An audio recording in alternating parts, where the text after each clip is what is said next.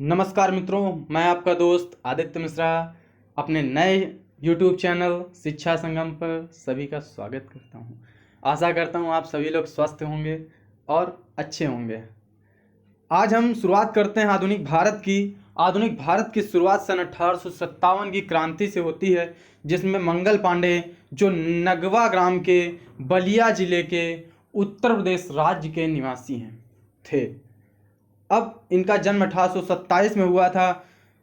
मंगल पांडे एक बटालियन के सदस्य थे जो कोलकाता से 16 किलोमीटर बंगाल इन्फेंट्री अर्थात बीएनआई में 34वीं बटालियन के सदस्य थे। अभी हाल ही में एसएससी जीडी के पेपर में पूछा गया था मंगल पांडे किस बटालियन के सदस्य थे, तो मंगल पांडे 34वीं बटालियन के सदस्य थे। आइए बात करते हैं सन 1856 में। दरअसल घटना ये 1 साल पहले की है, जब 1856 में एक गन थी जिसका नाम था ब्राउन बैस गन जो थी, इसकी मारक क्षमता बहुत ही कम होने के कारण अंग्रेजों ने इसकी जगह पर एक नई गन का प्रयोग किया जिसका नाम था न्यू इनफील्ड राइफल। और उस समय अंग्रेजों की चाल होती थी कि जितने भी निम्न पद पे रखते थे वो सभी भारतीयों को रखते थे। भारतीयों में उस समय हिंदू और मुसलमान सभी समुदाय एक थे। अब बात आती है जो न्यू इनफील्ड राइफल थी, जो उसमें कारतूस होता था, जो भरा होता था, जो चमड़े के अंदर वो पैक होता था, वो कारतूस गाय और सुअर की चर्बी के बने होते थे। गाय जो कि हिंदुओं का पवित्र जीव माना जाता है, जिसमें माना जाता है कि वेदों में लिखा है कि 33,000 देवी देवताओं का निवास होता है। और जो सुअर होता है, इसे मुस्लिम समुदाय में छूना क्या, इसके विषय में बोलना भी पाप माना जाता है। जब 1857 की क्रांति हुई तो सबसे पहले ये मेरठ से शुरू हुई और इसकी शुरुआत किसने की? मंगल पांडे के द्वारा शुरुआत की गई। और इसका मद्रास में अर्थात चेन्नई में कोई प्रभाव नहीं पड़ा। तो कई बार पेपर में पूछा जाता है कि कौन सा या कहाँ पर जो है 1857 की क्रांति का बिल्कुल भी प्रभाव नहीं पड़ा, तो वो मद्रास है। अब बात करते हैं 1857 की क्रांति में वायसराय कौन था, पीएम कौन थे, सेना का मुख्यालय कहाँ था और तोपखाने का मुख्यालय कहाँ था। सन 1857 की क्रांति में वायसराय थे लॉर्ड कैनिंग।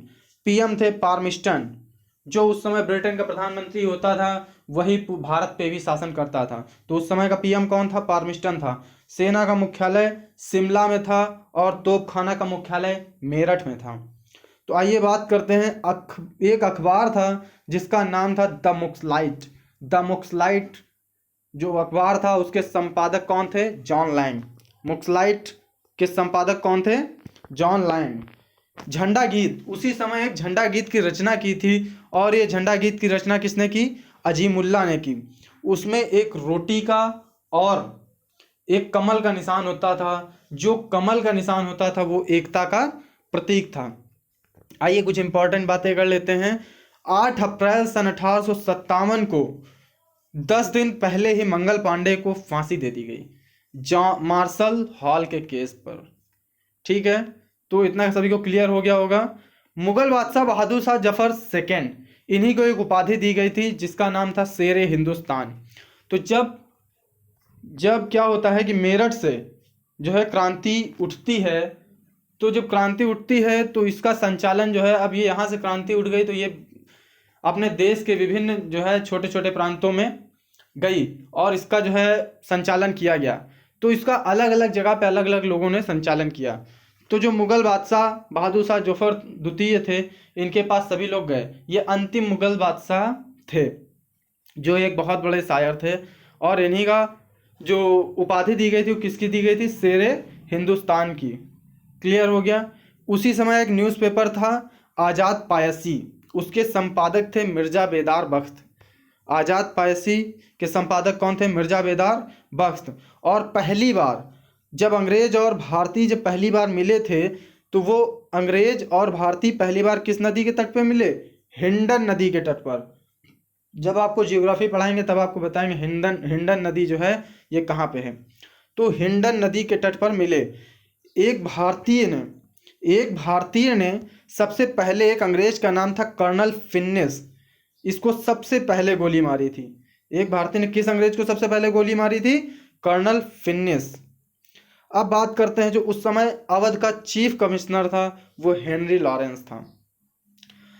होता कुछ इस तरीके से है कि जब सभी लोग जाते हैं बहादुर शाह जफर द्वितीय के पास दिल्ली में, क्योंकि मुख्य संचालनकर्ता के रूप में उन्हें नेता एक नियुक्त किया जाता है। अब जैसे कि अलग अलग जगह पे अलग अलग संचालनकर्ता होते हैं, जैसे कानपुर में बात करते हैं तो धोंदू पंत मतलब नाना साहेब थे, झांसी में रानी लक्ष्मीबाई थी, लखनऊ में महक परी अर्थात बेगम हजरत महल थी। तो अलग अलग जगह पर अलग अलग लोगों ने 1857 की क्रांति का संचालन किया। तो उसी समय बहादुर शाह जफर को जब इन्होंने वहाँ दिल्ली का संचालन किसने किया पूछा गया है, तो बहादुर शाह जफर द्वितीय ने किया।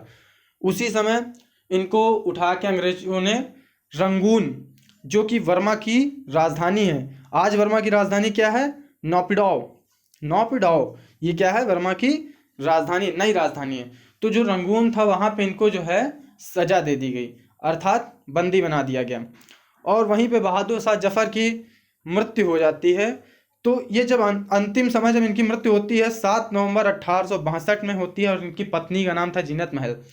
जब बहादुर शाह जफर द्वितीय की मृत्यु हो रही होती है तो मृत्यु के अंतिम समय में ये अपनी कुछ पंक्तियां लिखते हैं कि ना किसी की आंखों का नूर हूं, ना किसी के दिल का करार हूं, जो देश के काम ना आ सका मैं वो बुझता हुआ चिराग हूं, जो किसी के काम ना आ सका मैं वो बुझता हुआ चिराग हूं। ये इनकी अंतिम पंक्ति थी। तो जब अगर हम बात करते हैं कहाँ पे और किसने कहाँ कहाँ पे संचालन किया, तो अगर दिल्ली की बात करते हैं तो अभी आपको बताया कि दिल्ली में जो संचालन करता थे वो बहादुर शाह जफर द्वितीय थे, या इन्हीं को उपाधि किसकी दी गई थी, शेर हिंदुस्तान की। अब बरेली की बात करते हैं तो बरेली की दो चीज़ें बहुत फेमस हैं, एक सुरमा एक पागल खाना, दो चीज़ें बरेली की बहुत फेमस है। अब बहादुर खान ने बरेली का संचालन किया। लखनऊ का संचालन किसने किया, बेगम हजरत महल, या इन्हीं का उपनाम था महक परी। पूछा जाता है बेगम हजरत महल को और किस नाम से जाना जाता है, तो महक परी। फैजाबाद में मौलवी अहमद उल्ला ने 1857 की क्रांति का संचालन किया। सन 1857 की क्रांति में झांसी में हार के पश्चात तात्या टोपे कहाँ चले जाते हैं, नेपाल। तात्या टोपे जो है अपने जीवन को बचाने के लिए नेपाल चले जाते हैं। और सुल्तानपुर का संचालन किसने किया था, हसीन या शाहिद हसन ने किसका, सुल्तानपुर का संचालन किया। अब जगदीशपुर या जगदीशपुर बिहार का ही एक जो है छोटा सा गांव है, वहां का संचालन जो है कुंवर सिंह और अमर सिंह ने किया था। कुंवर सिंह एकमात्र ऐसे शासक थे जिन्होंने 1857 की क्रांति में अंग्रेजों को 2 बार धूल चटाई। अगर हम बात करते हैं इलाहाबाद का संचालन लियाकत अली के द्वारा किया गया। लियाकत अली किस जो है कहाँ का संचालन किया गया, इलाहाबाद का। झांसी का रानी लक्ष्मीबाई और तात्या टोपे द्वारा किया गया। कानपुर या भिठूर, जो कि झांसी की रानी लक्ष्मीबाई का मायका था, यहाँ का संचालन नाना साहेब अर्थात इन्हीं का उपनाम क्या था, धोंधू पंत। फतेहपुर का जो है अजीमुल्ला के द्वारा किया गया। फतेहपुर जिन्होंने झंडा गीत की रचना की थी। और ये पंजाब का संचालन गुरु राम सिंह के द्वारा किया गया। मथुरा का संचालन देवी सिंह के द्वारा किया गया। और गोरखपुर का जो संचालन है वो गजाधर सिंह के द्वारा किया गया। ये कुछ इंपॉर्टेंट थे जो पूछे जाते हैं, जैसे फतेहपुर का पूछा जाता है, दिल्ली का पूछा जाता है, इलाहाबाद का पूछा जाता है, बिहार का पूछा जाता है। तो इसमें लगभग सभी मोस्टली इंपॉर्टेंट ही हैं। अब 1857 की क्रांति असफल क्यों हुई, इसका मुख्य कारण था सिख समुदाय ने भाग नहीं लिया था। पहली बात तो इसमें सिख समुदाय के जो भी वर्ग के थे उन्होंने 1857 की क्रांति में भाग नहीं लिया या बहुत कम लिया। दूसरा, अपने अपने धर्म का संचालन किया। इसमें हिंदू अपने धर्मों का संचालन कर रहा था और मुसलमान अपने धर्मों का संचालन कर रहा था, जिसकी असफलता का दूसरा मुख्य कारण है। तीसरा है शिक्षित व्यक्तियों का संचालन में कमी। तो शिक्षित व्यक्तियों के संचालन में कमी। और उसी समय जो है जॉन लॉरेंस जो क्या कहते हैं, जॉन लॉरेंस ने कहा कि विद्रोहियों में अगर एक भी योग्य व्यक्ति होता तो हम सदा के लिए हार जाते। तो ये थी हमारी 1857 की क्रांति। तो आई होप आप सभी लोगों को समझ में आ गया होगा। तो अब बात करते हैं अगले नेक्स्ट वीडियो में। अपने इसी आगे टॉपिक के साथ 1857 की क्रांति के आगे। और अब बात करेंगे 1905 बंगाल विभाजन और उसके आगे गांधी युग का धीरे धीरे शुभारंभ होगा। तो नमस्कार मित्रों, मेरे इस वीडियो को ज़्यादा से ज़्यादा लाइक करें, शेयर करें और सब्सक्राइब करें। धन्यवाद।